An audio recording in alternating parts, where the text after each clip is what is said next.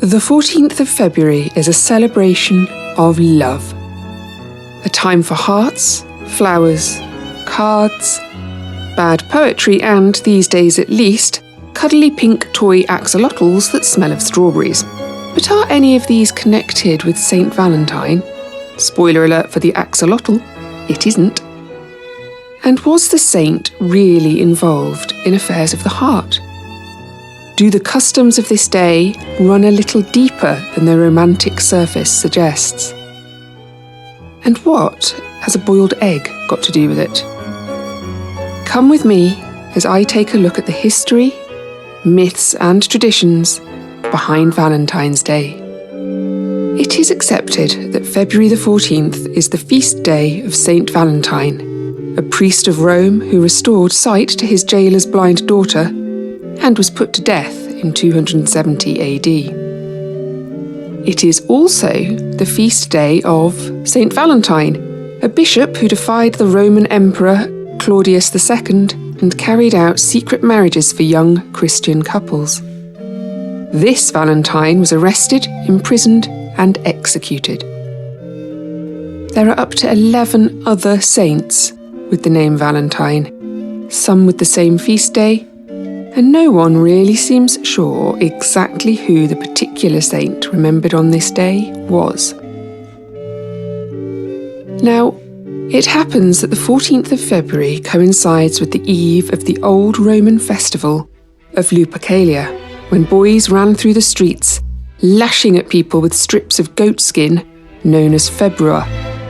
This stems from the Latin word meaning to purify, and it's from this that we get our name for February. A lot of books written about the folklore of Valentine's Day state that Pope Gelasius I abolished Lupercalia and replaced it with a saint's day, leading to pagan customs filtering into a religious holiday. But there's very little evidence for this, and Lupercalia was about purification more than romantic love or gift-giving. It seems more likely that the custom of choosing a sweetheart on Valentine's Day arose in court circles in the 14th century because of the fashion for courtly love, combined with the mating season of birds. In the Middle Ages, people thought that birds chose their mates on St. Valentine's Day. Chaucer refers to this in his poem Parliament of Fowls, saying, "For this was on St. Valentine's Day, when every bird comes there to choose his match." If birds can choose their mates on St. Valentine's Day, then surely people can too. And according to the diaries of Samuel Pepys, by the 1600s, groups of friends would draw Valentines by lot. These pretend sweethearts would call on each other, and the men would buy presents for the women, with Pepys being unimpressed by the costs of these gifts. Pepys also mentions a long-established belief that the first person of the opposite sex that you see on the 14th of February will be your Valentine. His wife spent one Valentine's Day morning with her hands over her eyes so as not to see any of the painters they had carrying out work in their home. And harking back to birds, the first of our feathered friends seen on Valentine's Day morning has also been said to forecast fellowship, with a sparrow meaning marriage to someone poor, and a blackbird indicating marriage to a clergyman.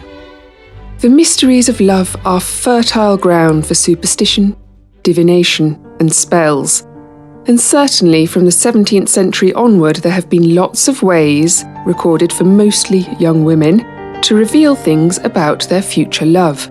I haven't tried any of these myself, but if I wanted to see the wraith of my future husband, I could walk from a church porch to my home half an hour after midnight on St. Valentine's Day, scattering hemp seed and reciting a spell.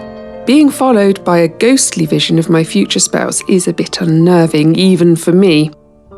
So an alternative would be for me to pin 5 bay leaves to my pillow, boil an egg, and remove the yolk, then fill it with salt and eat it, shell and all, and not speak or drink afterwards. This will apparently aid me in dreaming of my sweetheart. though I suspect I'd find it difficult to sleep at all with a stomach full of salt and eggshell. A gentler option would be for me to write the names of my favourite potential partners on slips of paper, seal them in clay and drop the clay balls into a bowl of water. The slip that floats to the surface first should show the name of my true love. Having identified my life partner through one of these means, I should probably let him know of my interest, perhaps with an anonymous letter or card that expresses my feelings through the medium of a rhyming verse and asks him to be my Valentine. And this act of sending a Valentine's card to the person intended to be your Valentine appears to have really taken off in the 18th and 19th centuries. As early as 1784, there were pamphlets being published with names like The High Road to Love for Both Sexes and The Young Men and Maids' Delight or the New English Valentine Writer, containing a variety of pleasing verses, comic and serious, which could be sent between the young of both sexes in town and country, expressive of the opinion of the parties to whom they are sent. Roses are red, violets are blue wasn't sufficient for these authors, though. They really got creative. Here's one from 1787 for your enjoyment. Your deep-sunk eyes and withered face, your rotten teeth which seem to chase each other in your lantern jaws, your hands which are like lobster claws, your graceful gait and slender shape put me in mind of Pog, the ape. When dressed in petticoats so fine, yet you are sure my Valentine. Delightful. But these pamphlets were incredibly popular and included replies or answers of compliance or rejection for the recipients of the Valentines to send. I guess this is what passed for hilarious banter in the 1800s. Of course, some of them were more traditionally romantic, like this one from the Sentimental Valentine Writer in 1850. This day for love and joy was made, then let no gloom its brightness shade. In sweetest notes the birds rejoice, and youths and maidens make their choice. To me then, love, thy heart resign, and be my chosen Valentine. The best way to send these verses was in a decorative card, possibly with the symbol of passionate, tender, playful love on it. Enter Cupid, the son of Venus, the Roman goddess of love, armed with his invisible arrows to pierce the hearts of mortals. The heart, Cupid's target, features in nearly all Valentine's cards, pictures and cartoons. An emblem of emotion from the earliest times, our hearts are traditionally the source of our feelings, and giving one's heart to another is a sign of deep devotion. Including some flowers would be sensible too, and red roses are inextricably linked with Valentine's Day. In the language of flowers, the red rose equals love. Its elegant blooms are sacred to Venus and Bacchus, and it represents joy.